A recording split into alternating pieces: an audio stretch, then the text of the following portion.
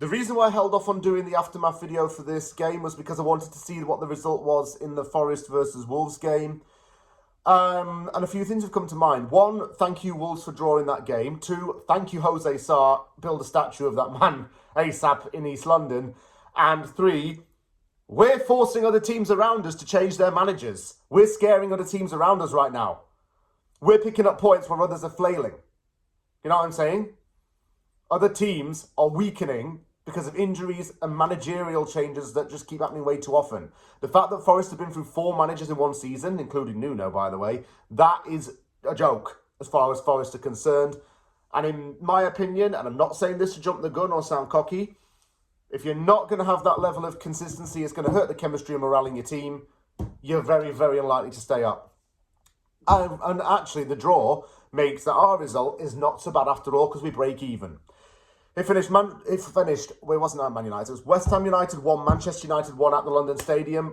Really gutted to have dropped points in this, but I'm immensely proud of that performance. Very proud. Carrick is one of many managers who have started to say that West Ham is not an easy team to beat these days, and he's absolutely right to think that. He's a former West Ham player himself, and he has said that he wants West Ham to stay up. If he has truly said that, I've got a lot of respect for him. The thing with this game is that there were going to be injury problems, but at least it didn't affect our defence. Like, at all. Potts came into the team, and I thought he looked really good. He's been one of the players that's been slated. People said he wasn't really ready to start in the Premier League consistently, but he did. He came into that team and played very well in the game. The tactic for this game was just to limit Man United as much as possible. I mean, United struggled in the first half. They couldn't create much. West Ham didn't really either, but we just got into each other. When West Ham got the first goal in the game, it was very well worked. And this showed how Thomas Soucek really effectively works in a West Ham team. He started in the middle, and his off-the-ball movement is key to when he scores goals. Or when goals are created. This is why Soucek needs to start. He picks up the ball in the middle, gets it to Bowen. Bowen is able to work it on the wing, and Soucek, who managed to gets into the box. United defenders are distracted by Bowen. So Bowen puts the ball in, Soucek's there to tap it past Lammers into the net and score. He's the highest scoring Czech player in Premier League history now. And as a result of that, he's celebrating by printing out his book in English and giving away a signed jersey. So enter if you're interested.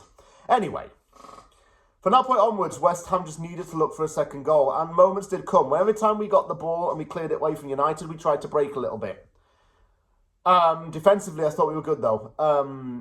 Mavropanos held his ground. Disasi looked very comfortable at the back. Hermansen commanded the box still very well. He's not afraid to come out and catch the ball, whereas Areola hesitates.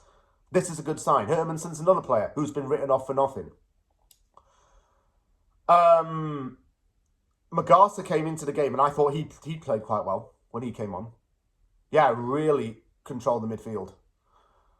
United put on some attackers, but they didn't really do anything. Casemiro had a goal ruled offside, and rightly so. That didn't bother me. And even Casemiro didn't react to it because he knew it was off. But the real sucker blow came in the 90 plus 5th minute. And by the way, how was 7 minutes given? Should have been 4. Why was 7 bloody given? Just checking the offside goal. It's a flipping joke. Sesko gets his leg on the ball and it goes in. It's a really weird angle. You're not stopping it in all fairness, but it was such a heartbreak, but it was okay for me. I was proud of the lads. Couldn't slag them off. This is how we need to play. I'll say this week in, week out. This is how we need to play. We're not pushovers. So don't think West Ham's a pushover team. And actually, it all went in our favour. So thank you very much, Wolverhampton. I'll have a cuppa on you guys.